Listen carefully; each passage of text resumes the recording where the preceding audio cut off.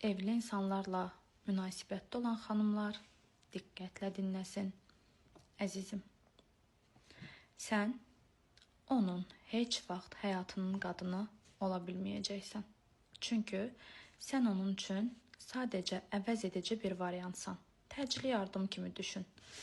Dırnaq arası hisslərini həmin an üçün əvəz edici bir variant.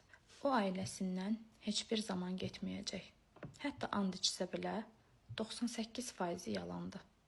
Sən düşünürsən ki, o səni sevir. Əsla.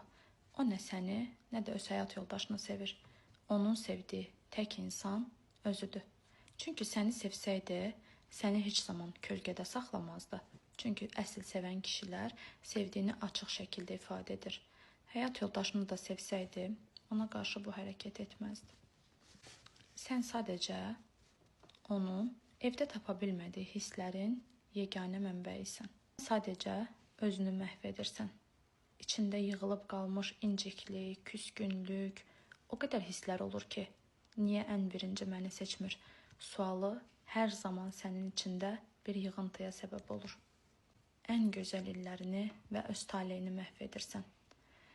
Sənin olmayan birinə öz həyatını, ömrünü qurban verirsən. Və içində yığılıb qalmış ümidsizlik, çarəsizlik, inciklik, niyə məni seçmir cümləsinin ağırlığını daşıyırsan. Və sevgiyə inamın etir və nəticədə travma alırsan deyə həyatına eyni güvənsiz kişiləri cəlb edirsən. Həmişə gizli qalacaqsan. Bu səni nə qədər incitsə belə, bu bir həqiqətdir. Səninlə heç bir bayram keçirilməyəcək, heç bir özəl gün olmayacaq, hər yerə öz həyat yoldaşı ilə gedəcək. Ən xoş günləri öz ailəsi ilə keçirdəcək. Sən həmişə kölgədə qalacaqsan.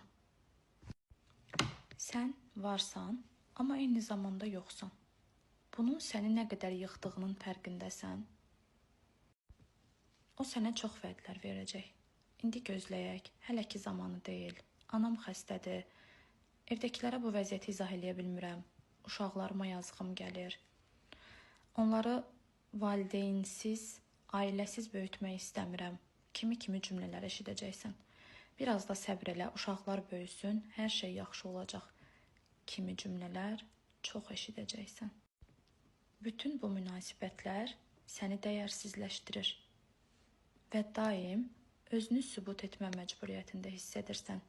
Geyimlərlə, aksesuarlarla, gözəllik vasitələri ilə, dolğular, botokslar və yaxud da saç rəngi dəyişmə və s. kimi işlərlə.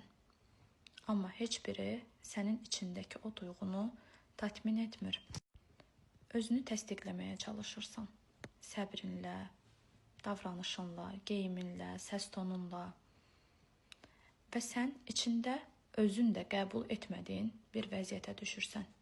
İkinci qadın olmaq. Amma bunu heç zaman qəbul etmirsən.